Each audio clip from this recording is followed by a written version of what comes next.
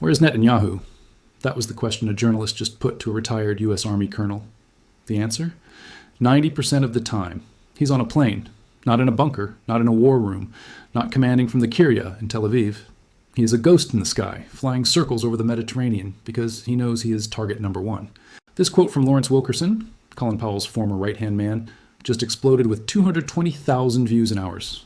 But while the internet is obsessed with a where is he, the smart money is looking at what happened while you were distracted. Oil just crossed $95 as the risk of a total shutdown in the Strait of Hormuz became a mathematical reality. War risk insurance premiums in the Gulf spiked over 1,000% at Lloyd's of London. And the U.S. THAAD defense system, a $500 million asset, was just blinded in a precision strike. This isn't just a political thriller. This is a financial execution. If the leader of the most advanced military on Earth doesn't trust the ground he stands on, why should you trust your capital to a geographically anchored system? Stay with me. 3 layers, all of them matter for your money. The man who made this war, and the markets that are paying for it. Let's establish the baseline first. Context matters enormously here. February 28, 2026, the United States and Israel launch coordinated strikes on Iran under Operation Roaring Lion. The targets: nuclear enrichment at Fordo and Natanz, IRGC command infrastructure, military leadership compounds. Within hours, Iranian state media confirms what the world is struggling to process. Supreme Leader Ayatollah Ali Khamenei, dead. IRGC Commander Mohammad Pakpour, dead. Defense Council Secretary Ali Shamkhani, dead. This is a decapitation operation. Planned, approved, and executed with full coordination of the Netanyahu government and the Trump White House. And the markets reacted in real time. Because markets always react, even when the talking heads are still processing.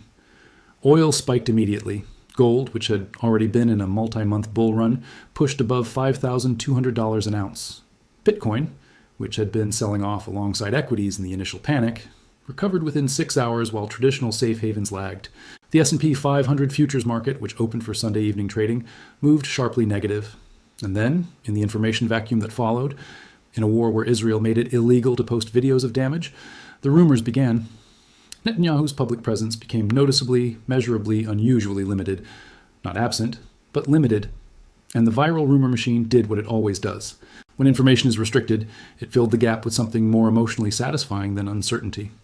90% of the time, he's on a plane. The THAAD strike, the insurance market, and the $500 million confidence event. Now, let me introduce you properly to Lawrence Wilkerson. Because who he is matters enormously for evaluating what he said. Colonel Lawrence Wilkerson, U.S. Army, retired. 31 years of military service, 2 combat tours in Vietnam. Later, as a senior staff officer, he served as Chief of Staff to Secretary of State Colin Powell from 2002 to 2005. He was in the room during the lead-up to the Iraq War. During the preparation of Powell's infamous February 2003 UN presentation on Iraqi WMDs, he has spent 2 decades publicly and specifically criticizing American military and foreign policy in ways that most retired senior officers never do. A reporter asked, "Where's Netanyahu?" Wilkerson responded, 90% of the time he's on a plane. When asked how badly Iranians are damaging Tel Aviv, he said, "Very, very badly. It's relentless." Now, before we evaluate that claim, let me tell you about something that happened in Jordan. In the first week of Operation Roaring Lion, Iranian retaliatory strikes hit a U.S. THAAD battery stationed at an American base in Jordan. Not a catastrophic destruction. Satellite imagery confirmed significant damage, but enough to matter operationally. A single THAAD battery costs approximately $500 million. The interceptor missiles themselves cost $11 million each. And the system's primary function is not just shooting down incoming threats. It's providing the layered confidence that the entire regional infrastructure of American military power depends on. Don't make the mistake of thinking what was damaged in Jordan was just a sensor. What was damaged in Jordan was market confidence in the infrastructure that protects global trade. Lloyd's of London responded within 72 hours. War risk insurance premiums for vessels transiting the Persian Gulf spiked over 1,000% in days. Not 10%, not 100%, 1,000%. When the cost of insuring a cargo ship through the world's most important energy choke point increases by a factor of 10, there is a direct transmission mechanism to oil prices. Every additional dollar of insurance cost gets priced into the cost of moving a barrel of crude from the Gulf to Rotterdam to Houston to Tokyo. We are looking at a supply shock that could push crude toward $150 a barrel if the Strait of Hormuz becomes contested. 20% of global oil supply moves through that waterway. There is no alternative route that doesn't add weeks and billions in cost. And the central banks that would be tasked with responding to $150 oil are the same central banks that just spent 3 years fighting the last inflation shock, with balance sheets that never fully recovered, and interest rate flexibility that is already constrained. This is not a political story with financial implications. It is a financial event being narrated as a political story. The Thadi battery in Jordan is the first data point. Watch the Lloyd's Maritime Risk Index daily. That number tells you more about where this conflict is heading than any press conference from Washington or Tel Aviv. The ghost in the sky, and what it means for your assets. Now let's address the central claim directly, because the truth about Netanyahu's location is more nuanced than either the viral narrative or the official denial allows. Netanyahu's government plane, the Wing of Zion, was tracked flying to Berlin on March 1st. The flight tracking was real. The plane landed in Berlin. However, there's no evidence Netanyahu was on board. A picture posted by his office shows him attending a security meeting in Kiryat, Tel Aviv, with the IDF chief of staff and director of the Mossad one day after the plane landed. A spokesperson for the German Foreign Ministry said the Israeli government asked us if they could park the plane here. The plane went to Berlin empty. Netanyahu was photographed in Tel Aviv. Netanyahu delivered a statement on the roof of the Israeli military headquarters. I just finished a meeting with the defense minister, chief of staff, and the Mossad director. I gave orders to continue the campaign. On March 2nd, Netanyahu visited the site of the deadly Beit Shemesh missile strike, where 9 people were killed, including 3 siblings. He stated in person, "The tyrants of Tehran target civilians. We target the tyrants of Tehran to protect civilians." He was in Israel, documented, verified. The 90% claim is not accurate as a literal description of his current movements. But here's the deeper question that the plane story raises, and it's a question with direct financial implications for every person watching this video. If the leader of the most technologically advanced military nation in the Middle East cannot fully trust his own soil to govern from, if his official aircraft parks in Berlin as a precautionary measure, if his security team has contingency plans that involve aerial relocation, what does that tell you about the concept of geographic safety for your own assets? Netanyahu, on that plane, or near it, is a data point in a larger argument that sophisticated wealth managers have been making for years. Every traditional financial institution, your bank, your brokerage, your pension fund, your sovereign bond holdings, is geographically anchored. It exists at a physical address in a specific jurisdiction, subject to the laws and vulnerabilities of that location. It depends on infrastructure, power grids, data centers, regulatory systems, and yes, missile defense systems that cost $500 million and can be damaged in a single strike. The concept of the safe haven that the financial system is operated on for 75 years was built on the assumption of geographic stability. Swiss vaults, London clearinghouses, New York Federal Reserve, all of them are coordinates on a map.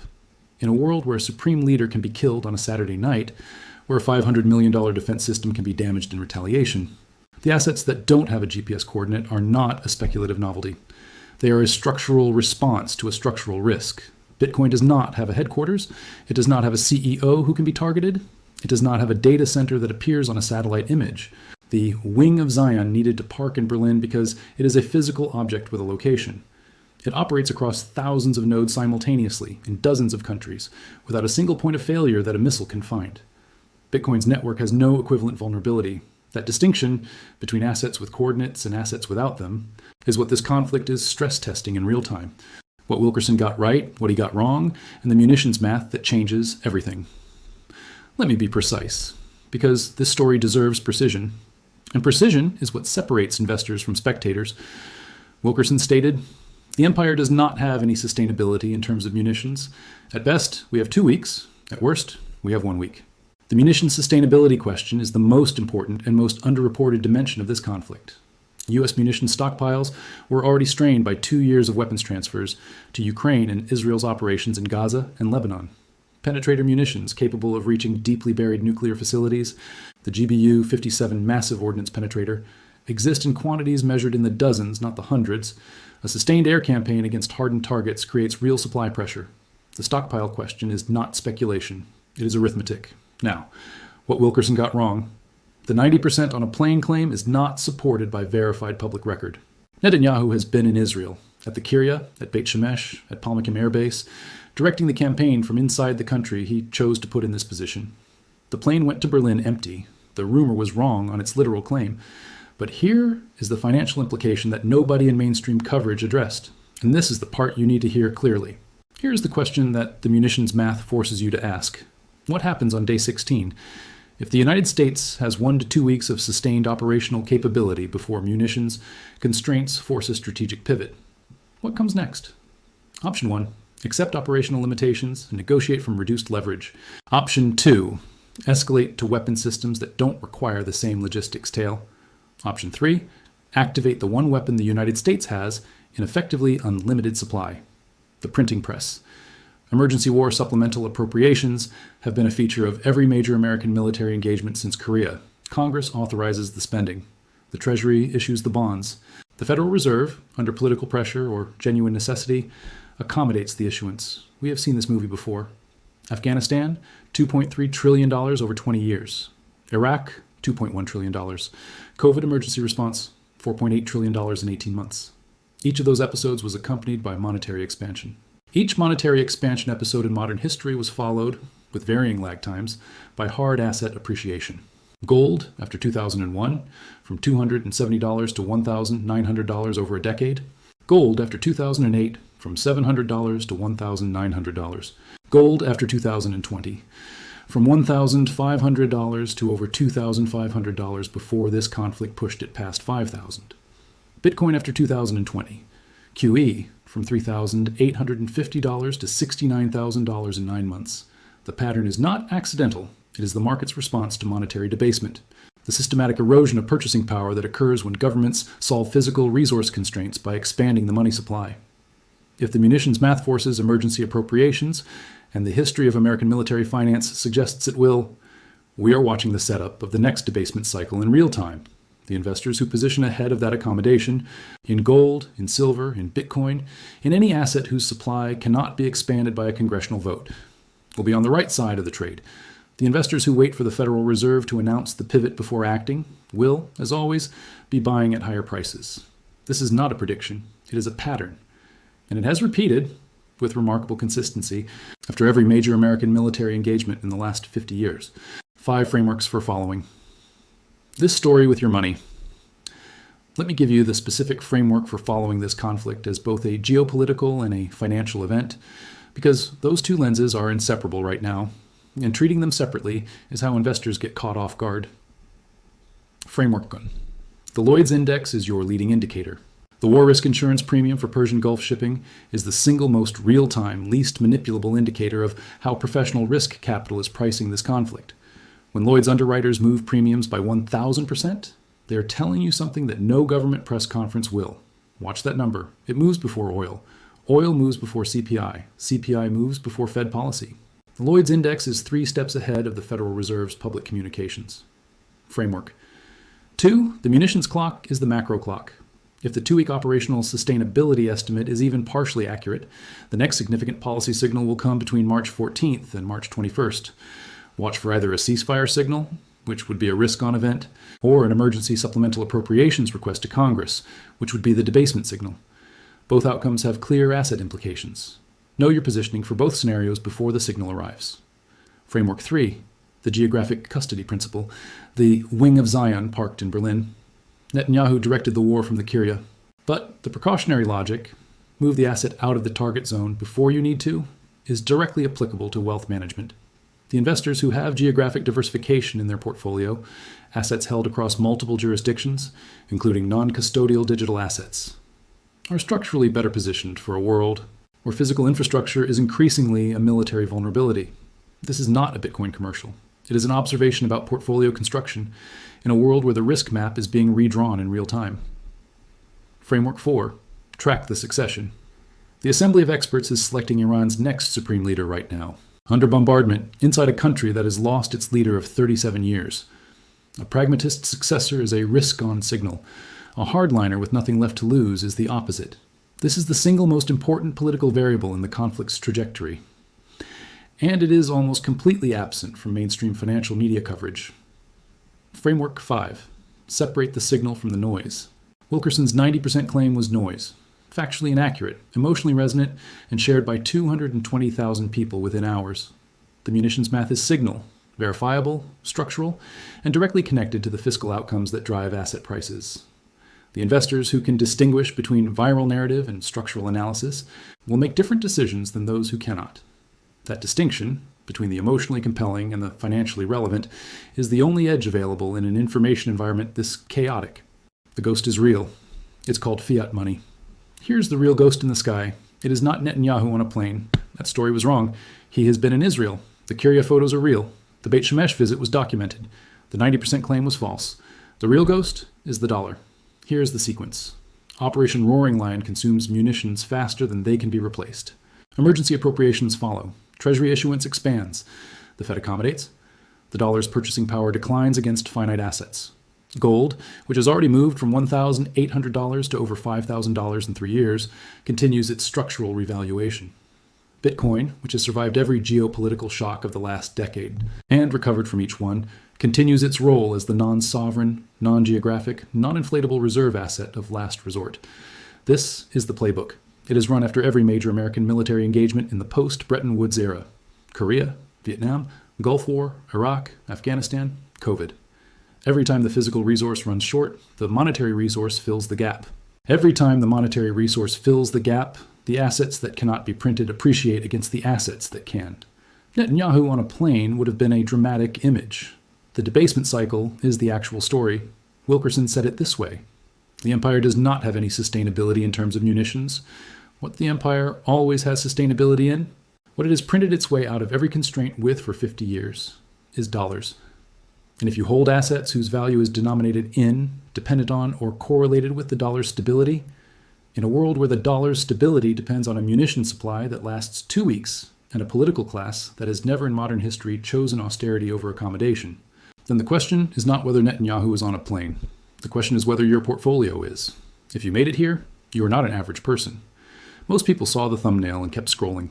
A smaller group clicked the video. A fraction of those made it past the first 5 minutes. And a very small number stayed for the munitions math, the Lloyd's index, the debasement cycle, and every framework in between. You stayed for all of it. That tells me everything I need to know about you. You think differently than the people around you. You connect dots that most people don't even know exist on the same map. You watch a war story and immediately ask, what does this mean for my money? That is not normal. That is not average. That is the exact mindset that separates the people who see what is coming from the people who read about it afterward and wonder how they missed it. You are one of the legends, and I want to know who you are. So here's what I want you to do right now. Drop a comment with one thing only, the time it is where you are, and the city you are watching from. That is it. Nothing else. Just the time and the city. I want to see the map of people who watch a video about a ghost in the sky and understand it is actually a video about the future of money. I want to see Lagos at 2 in the morning, São Paulo at midnight, London at 7 a.m., Dubai at 10 p.m., New York at 3 a.m. I want to see who the legends are and where in the world they are watching from. Drop it below right now.